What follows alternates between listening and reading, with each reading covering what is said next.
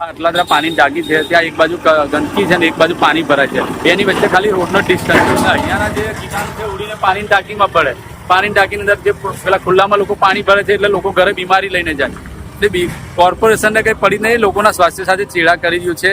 જ્યાં પાણી ભરે છે ત્યાં બી એટલી પારવાર ગંદકી છે અને બાજુમાં જ પંપ હાઉસ છે પાણીનું, ત્યાંથી લોકોના ઘરે પાણી જાય છે. એટલે એ જ ગંદકીવાળું પાણી ઉતરીને પાછું પાણીના સંપમાં ઉતરે, લોકોના ઘરે બીમારી જવાની. એટલે લોકોને બીમારીના દવાખાના ચાલવાના જ છે. લોકોના ઘરે પાણી નથી આવતું. લોકો ક્યાં ક્યાંથી ભરવા છે? બિલ રોડ પરથી આવે છે, કલાલી ઉડાના મકાનોથી આવે છે, પછી અહીંયા પાછળ અટલાદરાની સોસાયટી છે ત્યાંથી આવે છે પાણી ભરવા. અહીંયા આવે છે લોકો. પાણી ચોખ્ખું નહીં મળતું એટલા માટે અહીંયા ભરવા આવે તો અહીંયા બી લોકોને બીમારી વાળું જ પાણી મળે છે.